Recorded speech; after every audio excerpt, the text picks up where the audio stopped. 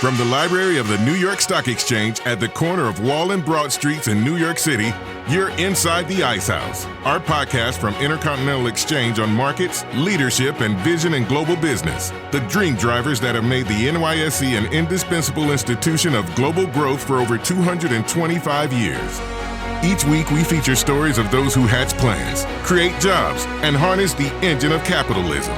Right here, right now at the NYSE and at ICE's exchanges and clearinghouses around the world. And now welcome inside the Ice House.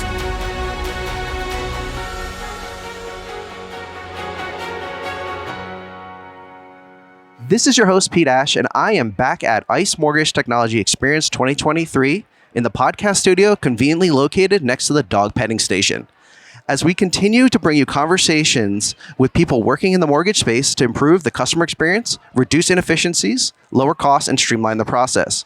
I am excited to be joined by someone who I saw on stage yesterday interviewing Egypt Sherrod, our guest back in episode 290. And now we're going to turn the table and ask her some questions. Our conversation with Laura Escobar on her career, the work she's doing with the MBA to advance DEI in the industry, and the unique culture and business that she built at Lennar Mortgage is coming up after this brief break. When you hear the word sustainability, you think, too big. When you feel you have to do something, you think, too complicated. Hold on. Think about your decisions. Get closer. Those that are big or small for you. Your decisions and other people's decisions. Those that have to be made every day. Step back a little. Think of the decisions that add up to many more. There are millions of decisions that change everything, little by little, for the better. Now think about who can help you make better decisions.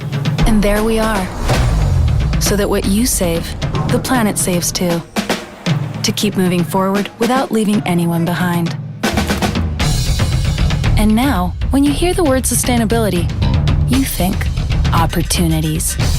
At BBVA, we're putting new solutions at your fingertips in order to build a greener and more inclusive future.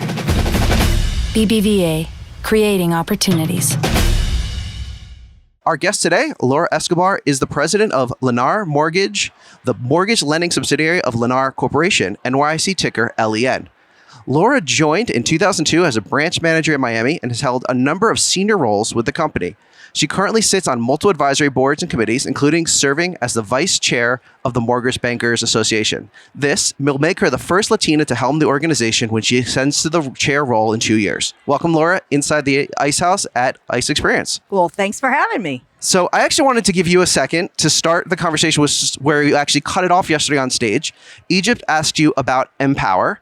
You didn't have time to address it, so the mic is open. What is Empower and how does that play a role in what the MBA and you're doing? Well, I'll tell you, it was a little awkward because Empower obviously is the women's event of MBA, and Egypt confused Empower with the women's event that was happening later that afternoon. So it was really comical at the moment. But I'm really, really proud of Empower and what Marsha Davies has done. Where we started with a group of 50 women has grown into almost 500 associates coming in. And it's not just women, it's men and women. And it's empowering women to continue to grow in our industry and connecting with each other. Talk about growing the industry. You know, you also spoke to Egypt about the Mortgage Banking Bound program at Barry University. What was the genesis of the program and how did the school, your company, and the MBA work together to launch it? Oh, you're warming my heart right now because you're talking about something that is so near and dear to not just me, but everybody in this industry. Years ago, before the pandemic, I got a focus group together and said, guys, we cannot continue looking for people in our industry. We have to educate our associates. We have to educate people in the world of what mortgage banking is. How do we do that? How did you get in the business? How did you get in the business? And everybody turned around and said, well, a friend, no, a family member, and so on. And I said, why don't we have in our schools, you have doctor, lawyer, but you don't have a mortgage banker? Went to MBA and said, why haven't we extended our education to the world? And MBA said, we've been trying for so many years. The universities could not grasp what we're trying to do.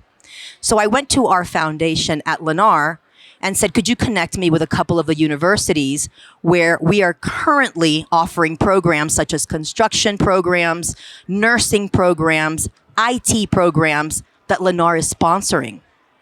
Our first university that we visited was Barry University in Miami. And it is about a 68% minority university. So I really wanted to connect. Took this focus group and said, we've created this curriculum. It took us about 3 years to create this curriculum. But guys, we can't do this alone. We need some help. Let's go to MBA and see if they're willing to support us. Support the program and grow it. Went to MBA. MBA was over the top. Said, well, we don't think it's going to happen, but let's try and we're going to back you. Gave us all the educators, gave us funding, as did Lennar Foundation to start our first course. Well, to make a long story short, we started our course at Barry University on January 10th. We have students from all different parts of diversity. We have students that are young. We have students that are not so young. We have finance students, and we have students that don't know how to spell mortgage. So it's very, very interesting to see how we are adapting to creating this program and adapting to this environment. And MBA is doing an amazing job with the educators that they've given us and switching and adapting to what we need. Because the first time around, we may be a little too intense. First time around, we may ask them not to spell mortgage, but to understand capital markets. We've had to adapt the program. But I'm really excited because our members across the country are reaching out saying, how can I be part of this? How can I have my university be part of this? It's a program, it's not a degree. So is there the idea of extending it to a degree? And you mentioned, are there other universities now that are kind of hooking into this as an idea? Yes, yes, and yes. We definitely want to make it a degree program. We are taking very, very, very baby steps because right now it's a certificate program for a reason. It's never been done. We have to make sure that we're on the right track. We have to make sure that when these associates, or rather these students come out, that they come out ready to be an intern, ready to be a loan officer, or to start taking their test, ready for that next step. And I don't know that we're 100% there yet, but yes, we've received lots of universities that say we want to be next. We have members that want their universities and are willing to sponsor the program, which is really interesting. We've gotten lots of calls from large entities saying, how can we help financially? So it is coming together nicely, but it's very much at its infant stages. And you mentioned that you wanted to find a place with a lot of diverse candidates, and just to zoom out a bit, why is that important to make sure that the loan officers, that these people helping people buy homes look like the people buying homes? Well, that's exactly it. That's exactly it. When you look at, not to mention the fact that we're aging out, not to mention the fact that I need to find my replacement now, not to mention the fact that everybody sits here and says, appraisers, they're aging out. We bring appraisers into these classes and they explain, look, you can get vocational classes and become an appraiser. It's not just becoming in mortgage banking. It's what the vendor or what it looks like as our business. So I think that there's a lot of opportunity that's going to be coming out of this. Yesterday on stage, you and Egypt both had sort of similar stories, how you got into it. She tried to get far away and got roped back in, and you were, set to go study psychology and had to make some money, work for your mom in the business, and then, to quote you, drank the Kool-Aid. Is there a connection between sort of what a psychologist does and where your career has taken to you, where you are connecting with people and helping people really solve problems? What do you mean? I'm more of a psychologist than a mortgage banker. It's what you use every day. It's that tool that got me to where I am today. The fact is that if I use a little bit of psychology, if we all did, because we all have the ability to break it down, and instead of the intellect, use your heart, use your mind to realize that we are not it. There's a lot more that we have to do. There's a lot more responsibility that I have. I have got to take that next Latina. I have got to take that next Latino and bring him up and bring her up. That is my responsibility. And I felt that Egypt had that same connection when she has the awards that she's gotten. It's our responsibility to pay it forward. Some of the world's best psychologists are not psychologists, they're mothers. How else did she influence you, particularly your commitment to community, which I know is very important? Well, you definitely hit on something with commitment to community. I am really, really big on paying it forward and giving back. It's so important to me personally because I had that opportunity. When I started as a receptionist, I thought this is just a temporary means I need to have that income in order to get to where I want to get to that psychiatrist. But the positions that were offered to me, I realized that there's so much more. And I realized, guys, you know what we're doing?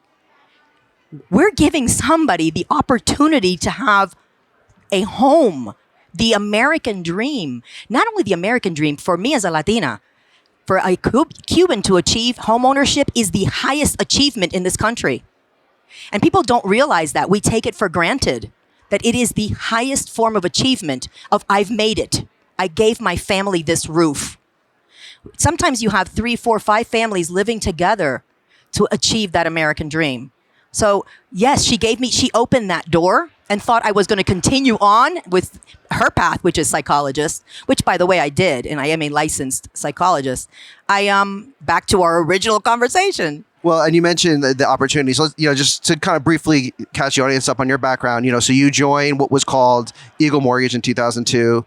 How did your career develop, and then how did that kind of morph into what is today Lennar Mortgage? It's been quite the journey for me. I joined Lennar much earlier than 2002, and I'll tell you how. I was their outside lender. I was their approved outside lender. And the only reason I was their approved outside lender was because they had no Spanish-speaking loan officers. So Laura Escobar in the background saying, I'll do it, give it to me, sat in their communities weekends that their loan officers didn't want to, had the ability to bring in the Hispanic borrower, which they didn't do. That gave me the heads up, or rather the edge, that Lennar executives were then looking at me. How is this outside lender chick doing this? And our people aren't. So for about 5 years, I got called every year from the chairman asking if I would join Lennar. And every year I would say, nope, nope, corporate America is not for me. Until my children wanted to move back to Miami. I was in another city. And I said, maybe this is the right time to do this. Maybe I should join this company. I'm doing all of their loans. That's all I'm doing. So let's join. I joined Lennar as the division manager over just the Southeast division, which was a full service division at the time. From there was promoted to regional over half of the country. From there to executive vice president of production, to from there sitting where I sit today, which never imagined in my wildest dreams I would be president of Lennar Mortgage. I was reading about when you first became president. One of the things you did is you sat down your team and you told them, let's pretend we're starting a new mortgage business today. Why did Lennar need to reimagine itself? First and foremost, I've always had in the back of my mind our chairman's philosophy that we are a technology company that happens to build homes. So I had to adopt that theory, and I had to adopt that mentality and that mindset, really connect, and I don't mean to, throw ICE into it, but connect with companies like ICE and say, how do we automate everything automatable? How do we change this process? And as that came into effect, we owned realty. We owned retail. We owned the retail part. And I said, we don't need retail. We need to focus on our home builder and our technology. So we sold off retail, which was a big chunk of our business, to Movement Mortgage. And we kept the home building and went in head first to make sure that we were being the technology company that happened to finance homes. Lennar Corporation, the parent company, is actually one of the very few companies to ever list for 50 years consecutively on the New York Stock Exchange. This very long legacy. How did you get from sort of Leonard Miller and Arnold Rosen's idea of a home builder to what you have today, which is this, like you said, a tech company that builds homes and does mortgages and all these other opportunities? The only way you do it is with a chairman like ours, Stuart Miller, that pushes and pushes and pushes us to continue to drive forward. And I'll give you an example. In today's environment, a lot of our peers, home building peers, have stopped starts. They said there's no reason to start right now in certain areas. Texas, for example, let's hold off on starts. Our chairman is pushing us. More starts, more volume, more deliveries. How we get there is up to us. So when you have somebody in the background driving you at that level, you either perform or you don't. So as we head into the break, you've cited adaptability as sort of a key critical skill to becoming a leader. How has that skill helped you over your career, and then also helped you lead a company through turbulent times? I wasn't always adaptable. One of the things that taught me to be adaptable, in addition to our chairman, in addition to all of our hard knocks at Lennar, is COVID. COVID taught us either you adapt or you die. And at this point, just with the thought of COVID happening, I got into an elevator with our CIO and I said, hey, we need to move quickly on this. Go order 500 laptops. And he turned around and says, we're not there yet. What if we don't need to? And I said, we need to. We need to because we can't afford, if this happens the way we think is going to happen, we can't afford not to. So it was definitely a home run because within 3 days, there were no more laptops. Not to mention, a week later, they were doubled in price. So adaptable means listening, intentionally listening to what is out there happening in the environment, and then reacting to it quickly. After the break, Laura Escobar, President of Lennar Mortgage, and I will discuss how the industry is using technology without losing the human touch to accomplish best results for all. That's coming up after the break. Shopify Editions is back with over 100 product updates and enhancements all in one place. Explore our latest solutions for every aspect of commerce, from starting and scaling a business so you can sell everywhere easier, to flexible components for enterprise needs. Businesses can choose which technologies they need to create the customer experience they want. And developer tooling to customize any commerce experience. We know how important it is to offer the right mix of power, flexibility, and customization across our surfaces. No matter what you're building, you can build for the long term with Shopify. Visit shopify.com/editions. Welcome back. Before the break, I was talking to Laura Escobar about her career and the evolution of Lennar Mortgage under her leadership. Lennar Mortgage has been aggressive to, and to use a phrase from your website, automate the mundane. What are your principles for transformation? Transform, and transform again. The vision is, and I know nobody wants to hear this. Nobody wants to be part of, and everybody's talking about how we bring down the spend this year. And I think we need to take up the spend on technology and find out what's out there and continue to evolve. My mission this year is to push technology. Technology, when I say push technology, is the RONs. It's continuing to fight Congress, continually to say we've got to have every state, and we're getting there, we're almost there, available to give our consumer the ability to be able to, from A to Z, take an application on a cell phone and close on their cell phone in the privacy of their home. This is one of the tiny little things that we can be doing in our industry that's available to us today. It's going to involve technology. It's going to involve spend.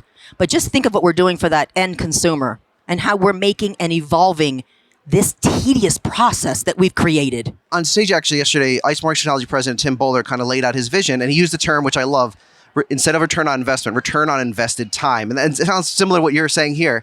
Will that return on invested time, will this investing in technology, whether ICE or others, help Lennar do the mortgage, basically, as you stated a goal, making a Lennar mortgage the simplest in the world? One of the things that I have our CIO do is everything that he gives to me on an ROI, every project, every initiative, tell me how much time we're saving. How much time is that processor? No, wait a minute. How much time is that pre-processor saving? Then the processor, and so on and so forth. How much time is that underwriter saving? And I look at minutes. I look at everything by minutes and how we're evolving the process. And before you know it, it is a process that went from an hour to minutes and continuing to evolve. Those are the technology stacks that I'm looking for. This morning, Kevin Perani was talking about the need to use technology basically to make sure you're being quick but compliant. How are you looking at compliancy and the role of technology and making sure that, one, you follow all the rules, but also you follow them very quickly? Technology is what's going to make us compliant.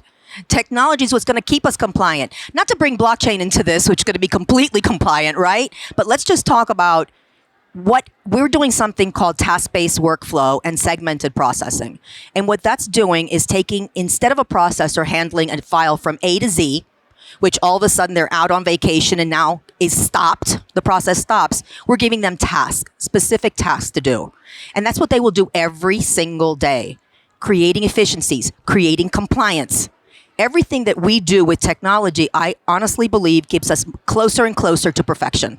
There also is a risk, though, right? Because you said that used to be one processor who would take their client from hello, my name is, through congratulations, we've closed the mortgage, and now there are multiple processes. How are you making sure not to lose that human touch and make sure that customer service is the North Star of everything you're doing? You make sure, and we've been working at this for 2 years, you make sure not to roll it out quickly.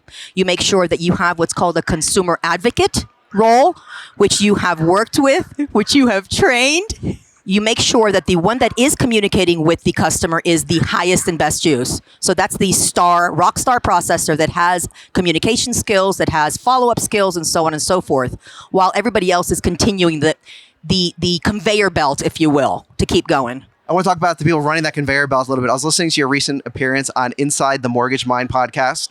And if someone listened to the answer of what the culture was like at your company, they would think you were talking about Google or a Silicon Valley tech startup. Can you talk about that culture that you've built and why it's important when you're on a Book of the Month Club call that you're just Laura, not president? It all stems back to who I am and what I believe. And I believe it's all about the people.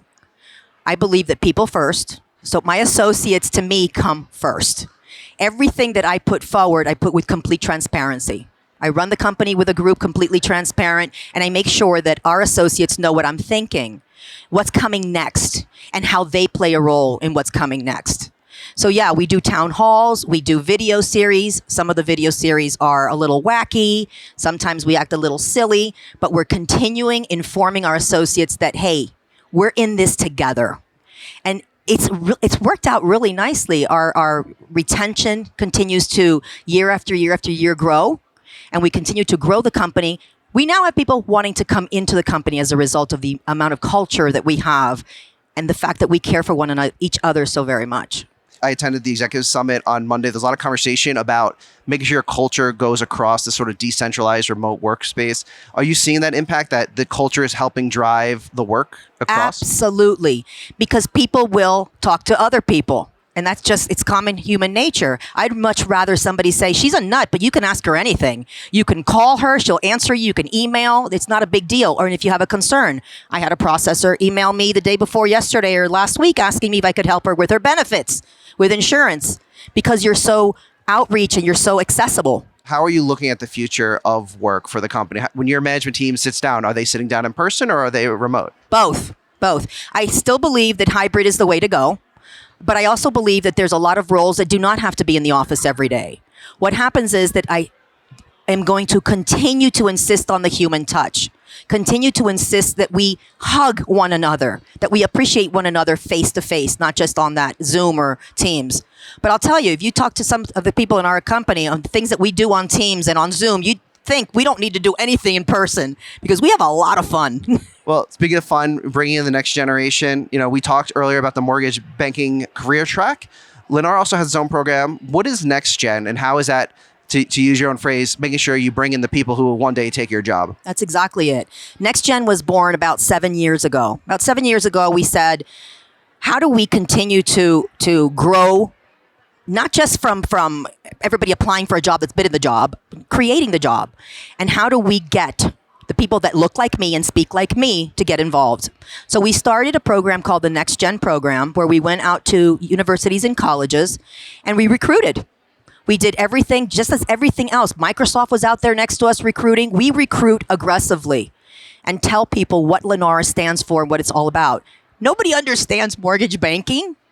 That's where the other mortgage banking bound was born. We really learned that lesson from the Next Gen. You do what? I thought you just made a lot of money originating loans. So Next Gen has been in probably, we have about 2 to 3 classes a year, sessions a year.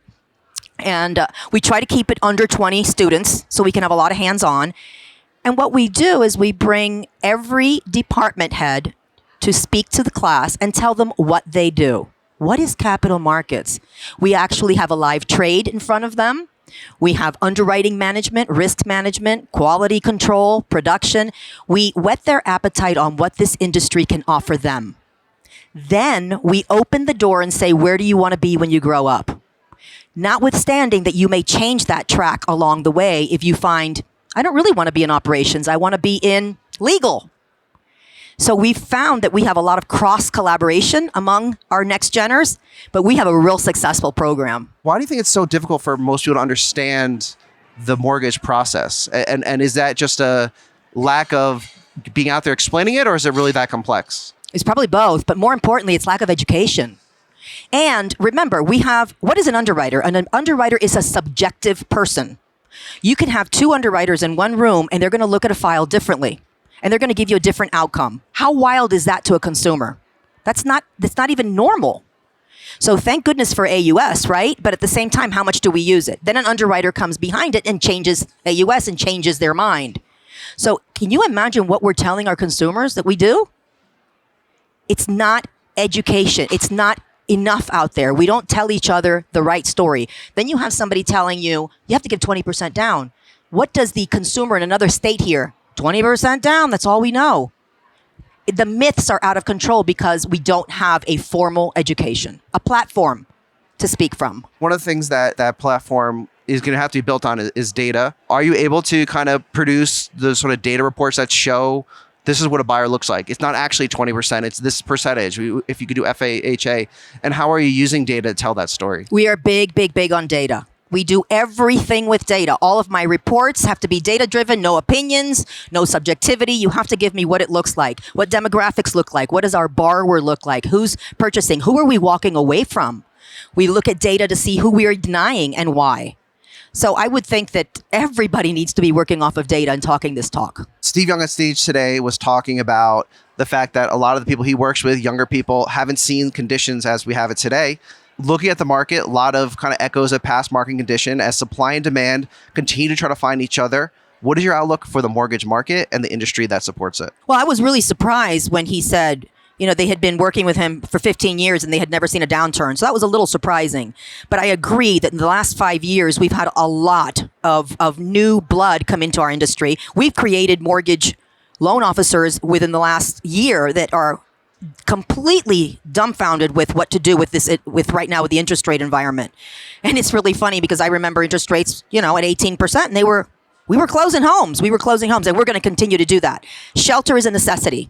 It's going to continue to be a necessity. But I think that we need to, back to my point of education, what I would do with all of those associates that have not been in a downturn is I would put them in a class and I would teach. And I would teach them, this is what's going to happen and this is what you're going to expect. So they're not out there creating these myths. Because our own people do this because they don't understand.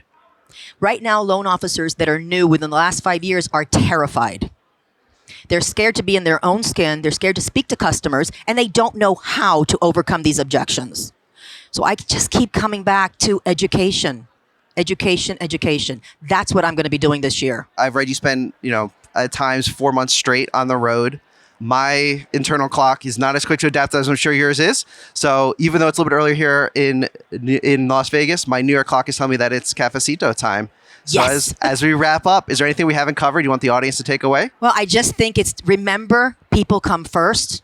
And if you remember that, you will succeed. Don't worry about interest rates. Don't worry about what's happening in the environment. Stay forward thinking with your people and with technology, and we're all going to be very successful. And education. As you continue your work in education, as you continue to lead Lennar Mortgage and the industry into the future, what are you looking forward to? And will you come back when you are the first Latina MBA chair and talk about it with us in a couple of years? Absolutely. There's one thing that I'm really, really excited about is I have somebody really, really special next to me that is documenting the journey, because I take this so very, very, very serious, and I am so proud to be the first Latina to be doing this.